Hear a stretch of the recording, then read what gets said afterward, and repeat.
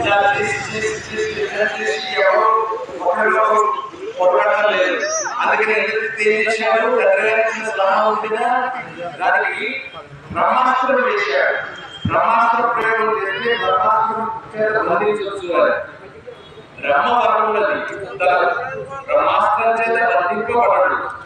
కానీ బంధించినట్టు బంధింపబడినట్టు నటిస్తే రావణ దగ్గరికి వెళ్ళి ఏదో చేద్దామనే సంకల్పంలో ఈయన చేతులు జోడించి నిలబడ్డాడు. ఇంద్రుడికి ఏం చేశాడు? బ్రహ్మాస్త్ర ప్రయోగం చేశాడు. ఆ బ్రహ్మాస్త్రం ఎలా ఉంటుంది? కాలకంఠ కఠోర కంఠమూల విషక్రికీలలోచనరేగి రాజనరక దుర్భర పాదోది గర్భ నిర్భేద్యమై పడవగ్ని పొంగుచు వచ్చెననగా చెట చెట నామ సంచలిత సర్వదిగంత భాగని దావగ్ని రేగిననగా ప్రళయ భయంకర ప్రబల సంచలితులో కోటి భాస్కరు భూమిపై గడిననగా జగతి రగిలి పొగుల పగ పగ మంటలు మింటనంట పొగలు మిగులరేగ సర్వగీవాన హోంకారమై బ్రహ్మాస్త్రంబు వచ్చి హనుమను బంధించే.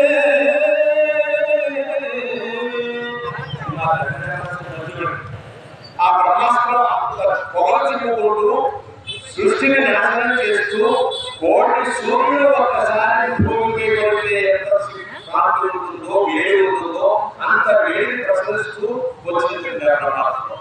ఈయన కడుబడ్డాడు, బంధించి ఇప్పుడైతే పట్టుబడినట్టు నటించాడు. ఈ రాక్షసులు ఏం చేశారు? తీసుకెళ్ళిపోయారు రావణుడి దగ్గరికి. రావణుడి దగ్గర తీసుకెళ్ళిపోయి రావణుడు మంత్రిని ప్రమాణించాడు. ఎవరో ఎందుకు వచ్చాడో నాశనం ఎందుకు చేశాడో అందరూ అడగమన్నాడు. రావణుడు ఏం చేశాడు? ఇంట్లో మాట్లాడే మంత్రితో రావణుడికి ఏదో చేస్తాడని ఓ పూర్వనామా విను, అన్ని వేదాలు చదువుకున్నావు, నీకు తెలియదా? పరమాణం చేరపట్టులో ఎంతటి ఆదాయమో ఎంతటి పాపమో తెలియదా? నీకు జ్ఞానాన్ని వస్తువులు అపహరించి తీసుకొచ్చావు. మొదటి విషయం ఆలోచించినప్పుడు ఈ విషయంలో కూడా ఆలోచించు. నీ భార్యని ఎవరైనా పెట్టుకున్నట్లయితే ఎలా ఉంటుందో ఆలోచించు. తప్పు కదా? బుద్ధిని చెప్పే పెద్దలు కూడా లేదా? శరణాగతుడు సంపదైనటువంటి ఆకాశాన్ని శరణు అంటే అభ్యర్థించి రక్షించినటువంటి శరణాగతుడు.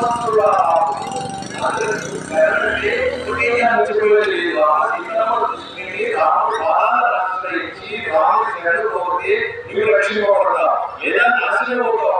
రాముడు చేతిలో తావు తప్పదు. నువ్వు కోరుకున్న వరంలో నరులను వానరులను విడిచిపెట్టావు. రాముడు నరుడు, అందుకే నరులో వచ్చాడు. నేను వానరులో చాలు ఈ కనెక్ట్లో. కానీ ఇప్పటికైనా వెళ్ళి సీతారాముడికి స్వర్ణించాలని చెప్పాడు.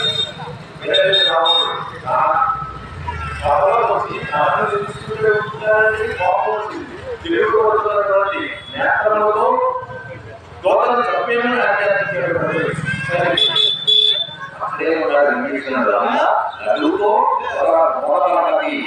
దూతను చంపకూడదు. చంపేస్తే దూతలకి విశేషాన్ని చెప్పేవాడు దూత రాజేవాడు.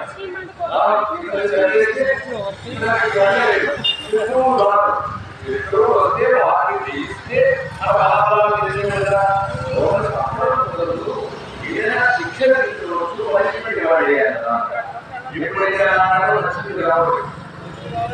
కోతులకు నాలుగు కోట వేడి కావడమైనది. దాన్ని నిప్పటిస్తే పిచ్చి పిచ్చి వాళ్ళు ఎదుగుతారు. ఆనందించాలని నిప్పటించారు. ఎప్పుడైతే నిప్పటించారో గొప్ప ఆయన ఏమిటి లేక ఆ గొప్ప ఇచ్చేసాడు. చుట్టూ ఉన్నారు రాజు తలుచుకుంటే దెబ్బలు కొడవా, నెయ్యి దెబ్బలు కొడవా, నెయ్యి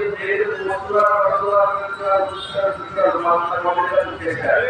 ఒక్కసారి నిప్పటించారు. ఎప్పుడైతే నిప్పటించారో అప్పుడు ఏం చేశాడు? ఒక పక్క దగ్గరికి పక్క కోటలోకి ఆ కోటలోకి ప్రాకారం నుంచి ప్రాకారం వెళ్ళి అలా వెళ్తూ ఉన్నాడు. వెళ్ళి ఒక సెకండ్ కొడుతున్నాడు. అదే అడిగి ఆశ్చర్యపోతుంది. మళ్ళీ పక్కకి ఎక్కిస్తున్నాడు. మోడీ కొడుతున్నాడు. అది అడిగి ఆశ్చర్యపోతుంది. అడిగి తిరిగి వెళ్ళిపోతుందా? క్షణాలలో లక్షణాలు నాశనం. ఐదో వచ్చి అక్కడ ఆశ్రమంలో చెరువులు సరస్సులు ఉంటే కలుసుకుని వాటి వేసుకుని ఆలోచించాడు. అమ్మ సీతమ్మ ఉన్న వల్ల కూడా కలిగిపోయినాము చేశారు అనుకున్నాడు. కానీ మన మనసులో ఏమనుకున్నాడు, సీతమ్మ అగ్ని, సీతమ్మే అగ్ని, నా అగ్ని ఎన్నో ప్రవర్తది. అగ్ని అగ్ని మీద జరుగుతుందా, జలములను నిలిచి జలపక్షి దొరుకుతుందా, జలంలోని పాలు జలపక్షి అలా సీతమ్మే అగ్ని. ఈ అగ్నిదేవుడు సీతమ్మ దేవుడు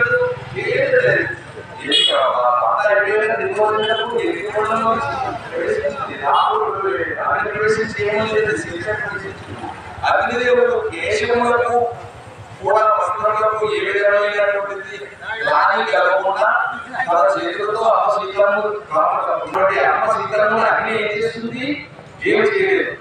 నేను పొరపడ్డా ఆయన ఒకసారి వెళ్ళి చూసి మళ్ళీ తీసుకుని వెళ్ళిపోవాలి. రామచంద్రుడి దగ్గరకు వచ్చాడు.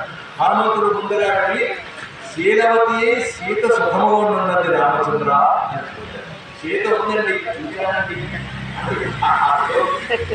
శీలవతి సీత సుఖముగా ఉన్నది రామచంద్ర, సీతను చూశాను క్షేమంగా ఉన్నది. వెంటనే రాముడు ఒక్కసారి ఆలింగనం తీసుకున్నాడు రామచంద్రుడు.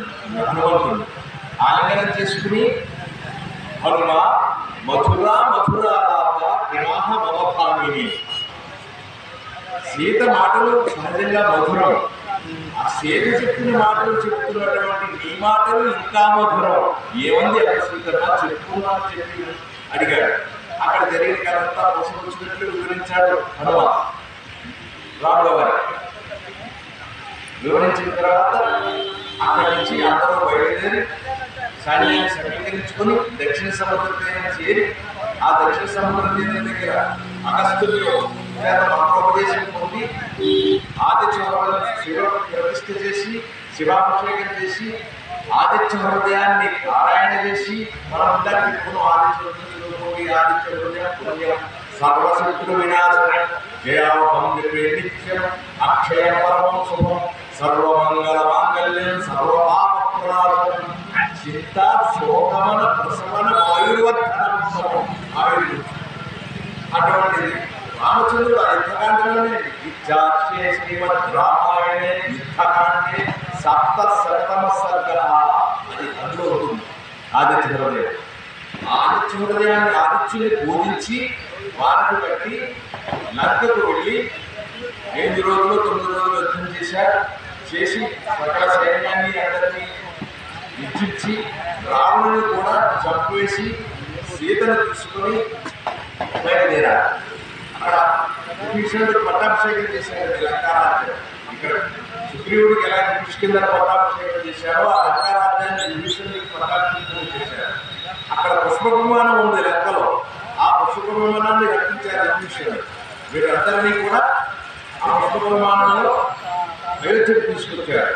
చేత అగ్నిప్రవేశించి బలత్తాలుగా చేసింది. రాముడు చేయలేదు,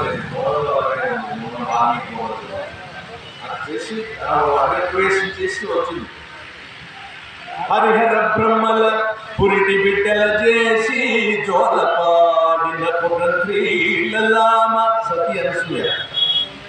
బ్రహ్మ విష్ణు మహేశ్వరులు ముగ్గురు వచ్చి భిక్ష కావాలని అడిగారు అనసూయ.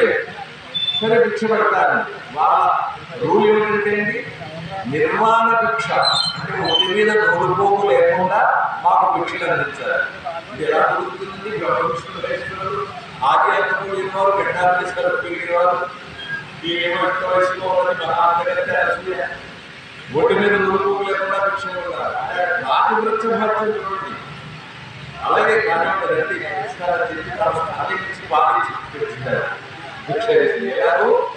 హరిహర బ్రహ్మల, హరి విష్ణువు, హర శివుడు, ప్రబల హరిహర బ్రహ్మల పురిటి బిడ్డల చేసి జోలపాడిన పురధీలలామ.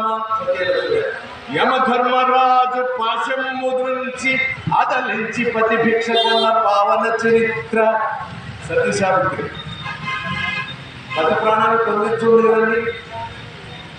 పతి భిక్ష కొన్న పావన చరిత్ర పతి నిమిత్తము సూర్య భగవాను ఉదయం పునరికట్టు పుణ్యముల పంట సతీ సుమతి. తెల్లారితే తన భర్త చనిపోతాడు. అందుకని తెల్లారకూడదు, సూర్యుడు ఉదయించకూడదని సూర్యుడు సాక్షి ఇచ్చింది. సూర్యుడు అతివృత శక్తి గట్టిగా ఉంటుంది.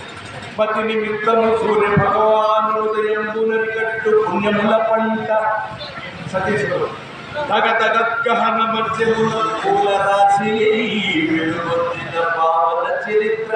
అగ్ని ప్రవేశం చేసిన అగ్ని పునీత సీత క్షేమంగా వచ్చింది మన సీత. అట్టి భారతాంబ అడుబిడ్డలు పుట్టినింటికి మెట్టినింటికి వన్నె తెచ్చిన శీలవతలు గలరు భారత భాగ్య కల్పలతలు. అట్టి ఆడపడుచులు అమ్మలు సోదరిమణులు ఉండబట్టే ఇంకా ధర్మం ఒక పాదమైనా నడుస్తుందమ్మా. మీ అందరికీ నమస్కారం. ఆడపడుతులందరికీ అది అతివృత శక్తి ఉందన్నమాట.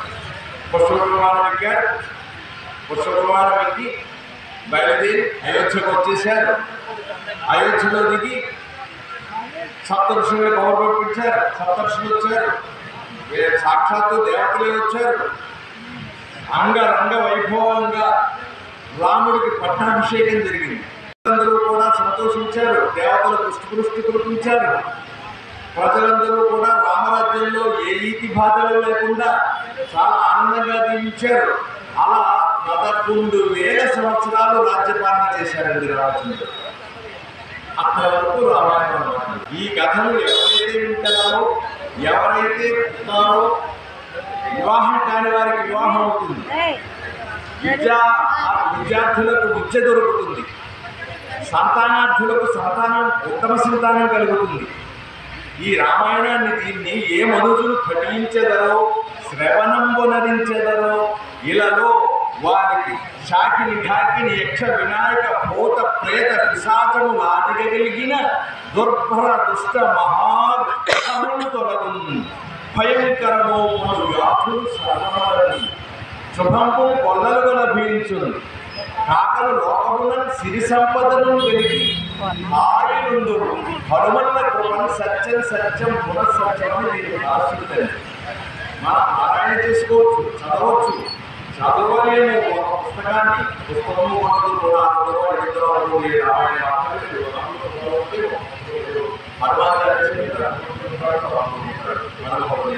ఆ పుస్తకాన్ని పూజాపంలో పెట్టండి. రోజు పువ్వు వేయండి. అది అంటే చాలు. అది మనల్ని మహాపాతక నుంచి రక్షిస్తుంది, మన మార్గాన్ని సుగమం చేస్తుంది, మనల్ని అభివృద్ధి పదంలో నడిపిస్తుంది. రక్షంతు పుత్రక్షంతు పౌత్ర అధనాసంతు జీవంత శరదాం శరం స్వస్తి పూజభ్య పరిపాలయంతాం న్యాయేన మార్గేణ మహిష గోబ్రహ్మణేభ్యః శుభమస్తు నిత్యం. లోక సమస్తా సుఖినో భవంతు. మంగళం కౌసలేంద్రాయ మహనే గుణాత్మనే చక్రవర్తి దేవతాయ సార్వభౌమాయ మంగళం. ఓం సర్వేషాం స్వస్తిర్భవతు, సర్వేషాం శాంతిర్భవతు, సర్వేషాం పూర్ణం భవతు. పూర్ణమదః పూర్ణమిదం పూర్ణాద్ ఓం సహనా భవతు, సహనౌ భునక్తు, సహ వీర్యేంద్రవావహై, తేజస్వినావధీతమస్తు మా విద్విషావహై. ఓం శాంతి శాంతి శాంతి.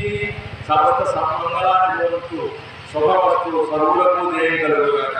ఓ వాగర్థావిక సంపృక్తౌ వాగర్థ ప్రకృతి జగతః పితరౌ వందే పార్వతీ పరమేశ్వరౌ.